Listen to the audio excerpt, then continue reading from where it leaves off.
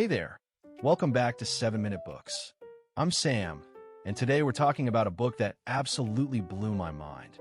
Prequel by Rachel Maddow. Sophie, have you ever heard of the time a bunch of American businessmen tried to overthrow the government? Sam, that sounds like a movie plot. But yes, I've read Prequel, and it's all true. Rachel Maddow digs up this almost unbelievable chapter of American history where a group of powerful people plotted a fascist coup. It's a wild ride. Okay, so I need to start with the most shocking part.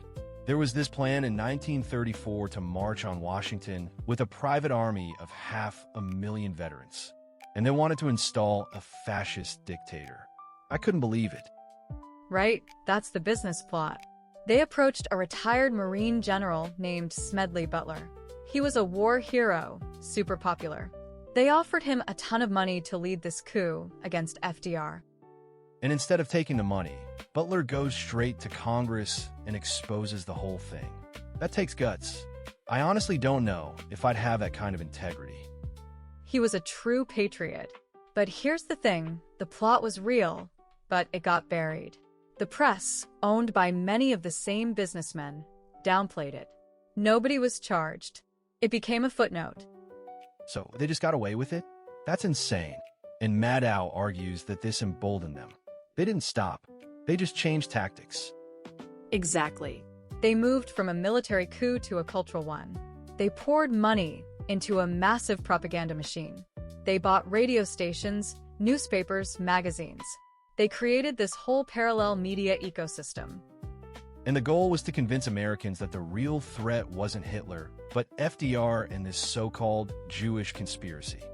It's sickening how familiar that sounds today. That's the core of the book. Maddow shows how the same playbook is used now. Exploit fear, attack the media, frame the fight as real people versus a corrupt elite. Let's talk about the characters, because they're straight out of a noir film. There's Gerald Nye, this former senator who was a master of rhetoric. He made anti-Semitism sound patriotic. He was a populist who blamed Eastern elites for dragging America into World War I. Then he pivoted into defending Nazi Germany. It's a slippery slope. Then there's William Dudley Pelley, the Hollywood screenwriter who claimed he died and went to heaven. He came back with a divine mission to save America from Jews. He started the Silver Shirts, a paramilitary group. He was the most overtly violent and anti-Semitic. But the most intellectual fascist was Lawrence Dennis, a former diplomat who wrote books arguing democracy was a failed experiment. He wanted a corporate state run by businessmen. And they were all connected by guys like George Deatherage, who tried to unite all these hate groups into one movement. It's terrifying how organized they were. But the book also has a hero, a young U.S. attorney named William Power Maloney. He followed the money and used the Foreign Agents Registration Act to force them to register as foreign agents. He subpoenaed bank records, tracked meetings, built a case piece by piece, and he eventually brought them to trial in the early 1940s. It was a spectacle. The trials exposed the conspiracy and public opinion shifted. But many of the big financiers escaped prosecution. They used their wealth to bury the evidence and discredit Maloney.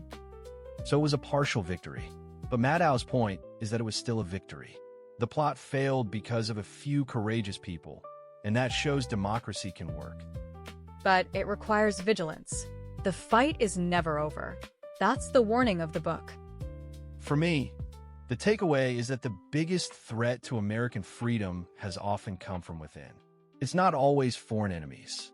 And the rhetoric from the 1930s sounds like it could be from today's headlines. Absolutely. And if you want to go deeper into this or any other topic, check out the 7-Minute Books app at 7minutebooks.com/app. You can read or listen to summaries of over 6,000 fiction and nonfiction titles in any language. And it's just $2.99 a month, $9.99 a year, or $19.99 for lifetime access. In the end, Prequel reminds us that the past is never really past. It's a warning, but also a testament to the courage of those who stood up. We'll see you in the next one.